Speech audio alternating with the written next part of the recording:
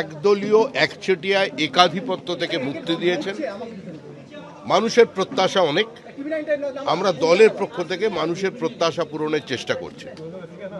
আমি আমার দলের কথা বলতে পারি, সরকারের কথা বলবো না।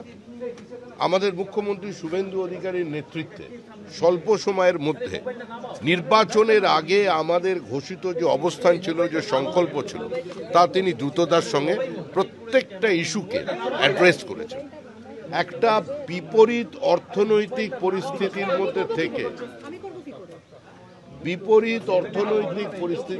থেকে আজকে আমরা চেষ্টা করছি, সরকার চেষ্টা করছে যে এই সমস্ত মানুষের যা ব্যথা আছে, কথা আছে, সেগুলোকে অ্যাড্রেস করার।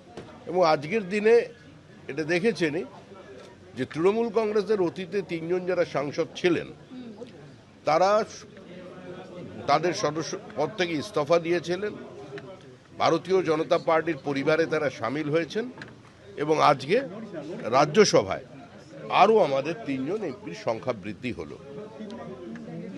আর এটা একটা বিষয় নিশ্চিত থাকবেন, সংবাদ মাধ্যমে, সোশ্যাল মিডিয়ায় বিভিন্ন ধরনের বিভিন্ন প্রচার চলেছে।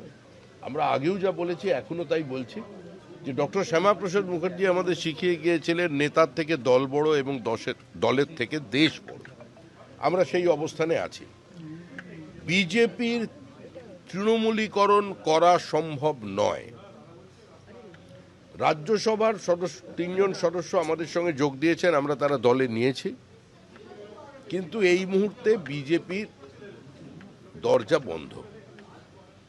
এটা একদম পরিষ্কার দলের পক্ষ থেকে বার্তা দেওয়া হয়েছে, প্রত্যেকেই যেটা জানেন, মুখ্যমন্ত্রীও বলেছেন। কিছু কিছু জায়গায় বিচ্ছুরি দেখা যাচ্ছে, ওই 4 ঘন্টার বিজেপি কিছু জায়গায় সমস্যা তৈরি করছেন, আমাদেরও যে 2-1 জন করছেন এরকম বলবো না। বিধায়ক, মন্ত্রী থেকে শুরু করে সমস্ত দলের যে স্তরের দায়িত্বে আছেন, প্রত্যেকের কাছে একটা বার্তা স্পষ্ট, যে মানুষ অনেক প্রত্যাশা নিয়ে ভোট দিয়েছে। আর যখনই প্রত্যাশার পারদ একদম উপরে থাকে, তখন স্বাভাবিকভাবেই তার মধ্যে একটা হতাশাও থেকে যায়। তো সেটা যাতে না আসে, তার জন্য পার্টি সচেষ্ট থাকবে। আশা করি 20 তারিখের যে অধিবেশন শুরু হচ্ছে, সেই অধিবেশনে বেশ কিছু গুরুত্বপূর্ণ বিল আছে, এবং এবারে যারা বিরোধী অবস্থানে আছেন তারা দায়িত্বশীল বিরোধিতার ভূমিকা পালন করবেন, প্রত্যেকে অংশগ্রহণ করবেন।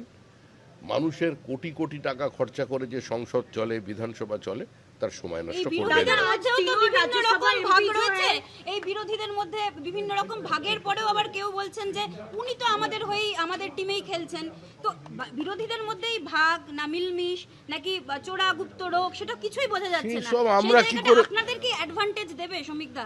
এবং অনেকের মুখেই তো আপনার নামে ভূয়সী প্রশংসা শুনছি। রচনা বন্দ্যোপাধ্যায় বলছেন আপনার বিগ ফ্যান। কে? রচনা বন্দ্যোপাধ্যায়। কোনো সুন্দরী চিত্রতারকা যদি আমার ফ্যান হয়, আপনার কি তাতে কোনো আপত্তি আছে? কে কি বলছেন আমাদের জানা নেই, আমাদের কাছে তৃণমূল। কারণ আমি ডিম থেরাপিকে গ্রহণ করতে অভ্যস্ত নয়। আমার মাথায় ডিম পড়ুক, এটাও আমি চাইব না। কর্মীদেরও তাই বলছি, মুখ্যমন্ত্রীও তাই বলছেন, যে যারা নিরপরাধ মানুষের ওপরে অত্যাচার করেছে, মানুষের সম্পত্তি কেড়ে নিয়েছে, যারা দিনের পর দিন গণতান্ত্রিক ব্যবস্থা প্রক্রিয়াকে ধ্বংস করেছে, যারা চাকরি কিনেছে, বিক্রি করেছে, সিন্ডিকেটে অংশগ্রহণ করেছে, গোটা রাজ্যটাকে একটা লুটরাজে রূপান্তরিত করে সমাজটাকে খোলা বাজার বানিয়ে দিয়েছে, সে ধরনের চিহ্নিত প্রতিষ্ঠিত কোনো দুর্বৃত্তকে আমরা দলে নেব না। তাদের বিরুদ্ধে আইনি ব্যবস্থা যা নেবার সরকার নেবে, এটা তো পার্টির কাজ নয়। মুখ্যমন্ত্রী এর মধ্যেই, তিনি পুলিশ মন্ত্রী, তিনি মোটামুটি একটা বার্তা দিতে পেরেছেন যে অপরাধীরা যদি মনে করে তারা ওই তাণ্ডব চালিয়ে যাবে, তাহলে তাদের জায়গা হয় আকাশে, আর না হলে জেলখানার বন্ধ স্বল্প বাতাসে।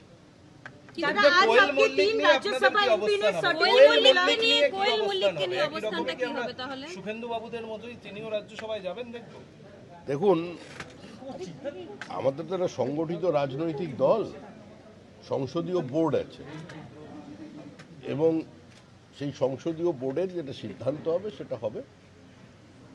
কোয়েল দোয়েল পায়েল বিষয় এটা নয়, বিষয় হচ্ছে বিজেপি, বিষয় হচ্ছে নরেন্দ্র মোদী, বিষয় হচ্ছে একটা সরকার, যে সরকার ভারতবর্ষের রাজনৈতিক ছবি, সংস্কৃতি, গতিমুখ পুরো পরিবর্তন করে দিয়েছে।